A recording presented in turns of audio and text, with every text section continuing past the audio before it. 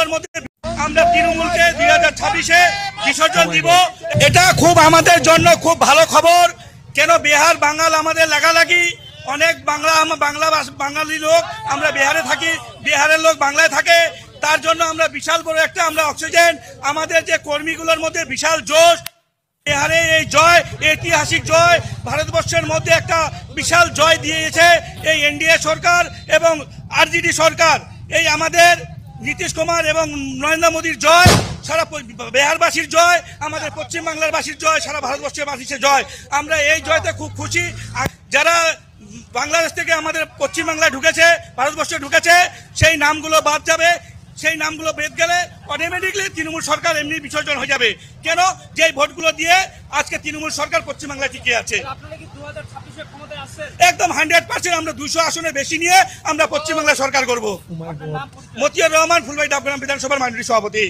আর যে গত ইলেকশন হয়েছিল 6 নভেম্বর এবং 11 নভেম্বর, তার আজকে রেজাল্ট ঘোষণা হলো।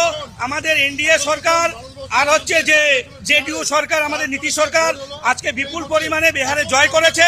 তেজস্বী যাদবের যে গুন্ডারাজ, সেটা আগে খতম হয়েছিল, আবার দুবার কায়েম করার চেষ্টা করেছিল, সেটা আমাদের এনডিএ সরকার ভেস্তে করে দিয়েছে। 204খানা আসন নিয়ে সরকার করছে। এবার আমরা 2026-এ এই চাকরি চোর তৃণমূল সরকার আমরা 2026-এ বিসর্জন দিব, বিজেপি সরকার করব। এই খুশি উল্লাসে আজকে আমরা মিষ্টি বিতরণ করছি।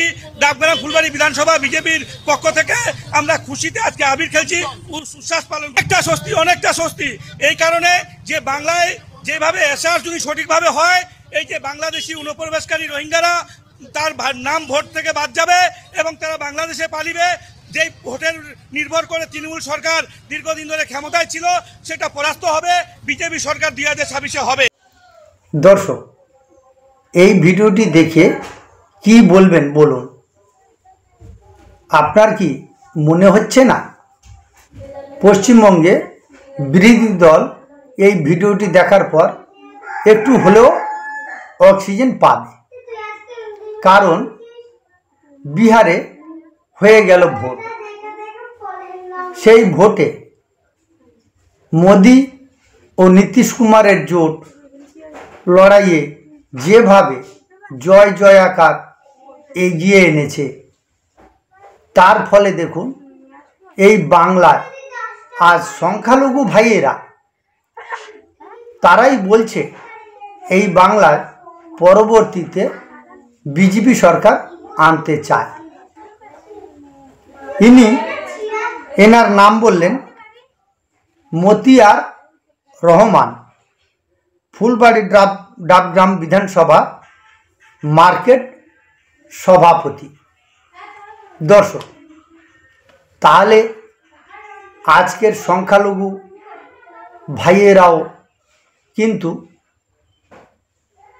দেখুন একে একে যারা শিক্ষিত সংখ্যালঘু ভাইয়েরা আছে, তারাও আজ আকৃষ্ট হচ্ছে বিজেপির দিকে এবং বর্তমান সরকারের পরিবর্তন এরা চাচ্ছে।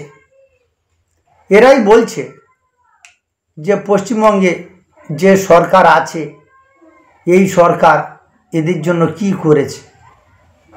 না আছে শিক্ষা, না আছে শিক্ষকদের চাকরি চুরি, শিক্ষা চুরি, বিভিন্ন রকম দুর্নীতিতে পরিপূর্ণ এই সরকার। তাই এই সরকারের বিরুদ্ধে গিয়ে দেখুন সংখ্যালঘু ভাইয়েরা কিভাবে বিহারের ভোটের জয়ের পর আবির খেলায় মত্ত এবং এনারা বলছে 2026-এ 200-র বেশি আসন নিয়ে পশ্চিমবঙ্গে এরা জিতবে। তাহলে এটা যদি সংখ্যালঘুদের বক্তব্য হয়, তাহলে এটা কি বর্তমান সরকারের মোটে মাথা ব্যথার কারণ নয়? দর্শক, আপনারা দেখছেন রয়্যাল স্টার টিভি। আচ্ছা, এর আগে আপনাদেরকে একটা ভিডিও দেখিয়েছিলাম এসআইআরে খুশিতে সংখ্যালঘু ভাইয়েরা মিষ্টি বিতরণ করছে, সে ভিডিও আপনারা দেখেছিলেন। আর এখন দেখুন বিহারে ব্যাপক জয়ের পর, মোদি ও নীতিশের ব্যাপক জয়ের পর আজকে পশ্চিমবঙ্গে পেল অক্সিজেন। সরকার বিরোধী বিজেপি এরা নতুন করে অক্সিজেন পেল, তা নয় কি? দর্শক, আপনারা যা বলার কমেন্টও বলুন। রয়্যাল স্টার টিভি, আমি সঞ্জীব। আপনাদের মূল্যবান মতামত কমেন্টে অবশ্যই জানান আর চ্যানেলটিকে সাবস্ক্রাইব করুন।